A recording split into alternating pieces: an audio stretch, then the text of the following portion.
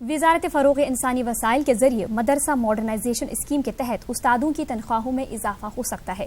Project approval board में salary बढ़ाने की मंजूरी दे दी गई है। इस स्कीम के तहत टीचरों की तनख्वाहें 6,000 से 10,000 और 12,000 से 18,000 बढ़ सकती है।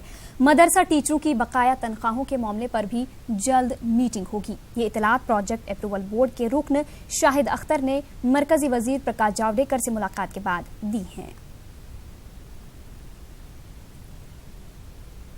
तो नाज़रीन, इस मामले पर खुर्रम शहजाद हमारे नुमाइंदे दिल्ली से हमारे साथ जुड़ चुके हैं।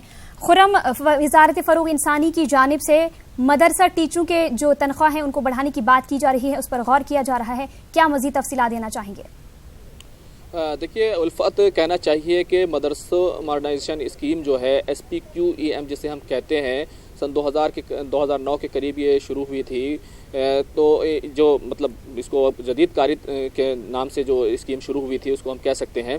इसके जो टीचर्स हैं अब तक वो काम कर रहे थे, 6,000 उनको सैलरी मिलती थी जो अंडर ग्रेजुएट हैं, और जो पोस्ट ग्रेजुएट हैं उनको 12,000 सैलरी मिलती थी। अब पहली बार ये बात सामने आई है कि तवील अरसे के बाद जो है वजारत उनकी सैलरी बढ़ाने जा रही है। जो मिनट्स हैं अप्रूवल बोर्ड की, प्रोजेक्ट अप्रूवल बोर्ड के जो मिनट्स हैं उसमें जो है उसूली तौर पर यह बात मान ली गई है कि सैलरी बढ़ाई जाएगी। हालांकि 6,000 से 10,000 किए जाने की बात है, जो कहना चाहिए कि अभी भी काफ़ी कम है, और 12,000 से 18,000 किए जाने की बात है। इसी के साथ साथ मैं आपको एक बात और भी बता दूं, सबसे ज़्यादा टीचर जो हैं वो उत्तर प्रदेश में, यानी 30,000 के आसपास टीचर हैं। तो कहना चाहिए कि सबसे बड़ी राहत की बात यह है, हालांकि राहत अभी भी जो है बहुत ज़्यादा नहीं है, क्योंकि हमने देखा है कि जो सैलरी का बकाया है वो काफ़ी बड़ा है। तकरीबन 800 करोड़ रुपए के आसपास जो है वो सैलरी बकाया है। देखा जाए तो एक बड़ी राहत की बात है, लेकिन ये कब होगा, कैसे होगा, लेकिन काफ़ी हद तक कहना चाहिए कि इससे राहत मिलेगी।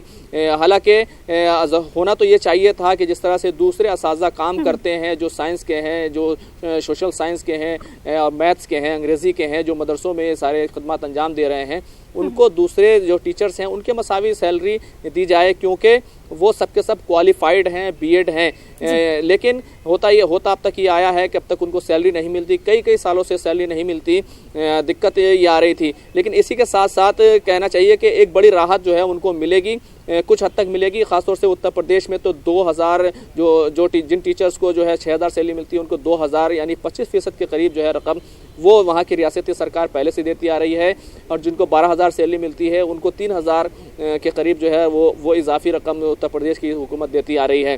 तो इससे बहरहाल एक राहत मिलेगी, और कहना चाहिए कुछ हद तक जो है इन टीचरों का जो है कुछ भला होगा। इसी के साथ साथ एक बड़ी बात जो है, जो अभी जो 2018-19 की एक गाइडलाइन आई है पूरी स्कीम को लेकर के, जिसमें कहा गया था कि 60% जो फंडिंग होगी वो मरकज़ी हुकूमत करेगी और 40% फंडिंग होगी वो रियासती हुकूमत करेगी। लेकिन अब इस मामले में जब उन्होंने देखा कि इम्प्लीमेंटेशन होना वो बहुत मुश्किल है, तो इसको फिर चेंज करने की बात हो रही है, और एक तजवीज़ यह दी जा रही है कि जिस तरह से पहले 100% मरकज़ी हुकूमत फंडिंग करती थी इस स्कीम को, उसी तरीके से रखा जाए। क्योंकि हमने देखा है कि रियासती सरकारें अगर उनको अपना पैसा इसमें इन्वॉल्व करना है तो उनको फाइनेंस कमेटी से इसकी पूरी जो है मंजूरी लेनी होगी, उसके बाद ही होगा। लेकिन एक ख़ास बात मैं बताना चाहूँगा कि फ़िलहाल जो पुराना पैसा है, यानी साल 2016 और 17 का, उसको लेकर यह बात है कि उसमें सीधे तौर पर के जो 100% फंडिंग है वो लागू होगा, और जो आगे की बात है कि आगे क्या हो उसको लेकर के अभी पूरे तौर से जो है वो साफ नहीं है कि आगे भी किस तरह से ये स्कीम चलेगी। लेकिन हम कह सकते हैं कि कुछ हद तक राहत देने की बात की गई है, क्योंकि देखा जाए तो लोकसभा इंतखाबात जो है वो कुछ महीनों में होने वाले हैं। तो उसको देखते हुए कि एक बड़ा फैसला जो है ये हो सकता है, और उम्मीद की जा रही है कि इससे काफ़ी हद तक जो है वो राहत मिलेगी, मदरसा टीचरों को राहत मिलेगी। सबसे ज़्यादा जो असातिज़ा हैं वो उत्तर प्रदेश में है, लेकिन पुल की जो है 14-15 रियासतें हैं, वहाँ पर यह स्कीम चल रही है, और वहाँ के सभी टीचर जो है इस स्कीम के तहत लगे हुए हैं, और बड़ा रोजगार का एक जरिया है, हम कह सकते हैं कि ये स्कीम है। उल्फत, चलिए बहुत बहुत शुक्रिया खुर्रम शहजाद इस तमाम तर तफसीलात के लिए।